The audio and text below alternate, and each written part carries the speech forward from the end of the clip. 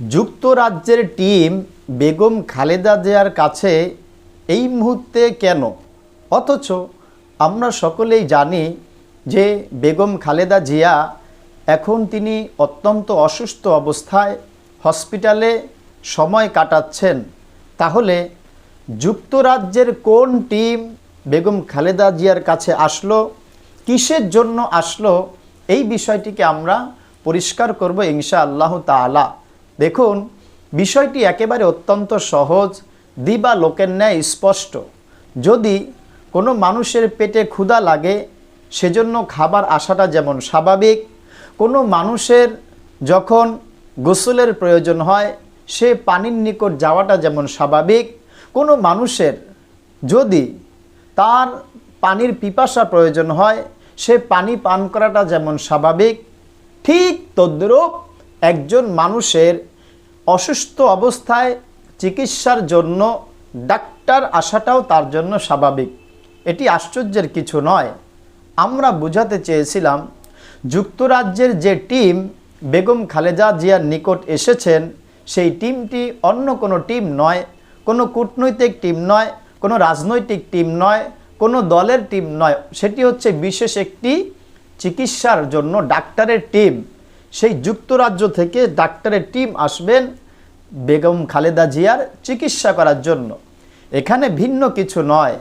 তবে এটি ইসলামও সমর্থন করে না এমনটি নয়, কেননা রোগ হলে চিকিৎসা করা সুন্নাহ। তবে ভরসা থাকতে হবে আল্লাহ তাআলার উপর। এই যে যুক্তরাজ্য থেকে যে টিমটা আসলো, এটি অবশ্যই উন্নত একটি চিকিৎসার জন্য এসেছে। যেই উন্নত চিকিৎসা ব্যবস্থা গ্রহণ করা এটি ইসলামে কোনো নিষেধ নয়, নিষেধাজ্ঞাও নেই।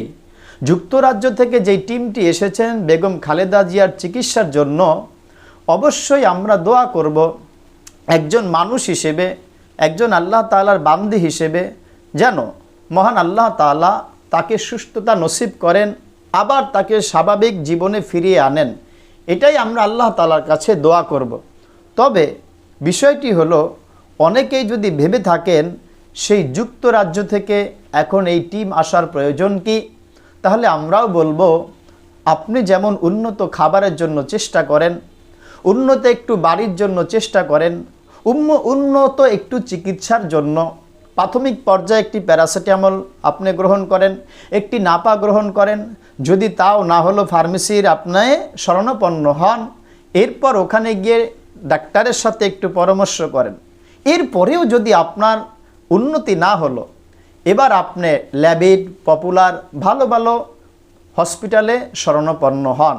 এরপরেও যদি আপনার উন্নত না হলো, আপনার যদি ওরকম অ্যাবিলিটি থাকলো, অবস্থা থাকলো, তখন আপনি বিদেশে চিকিৎসার জন্য যেমন চেষ্টা করেন, রওনা হন।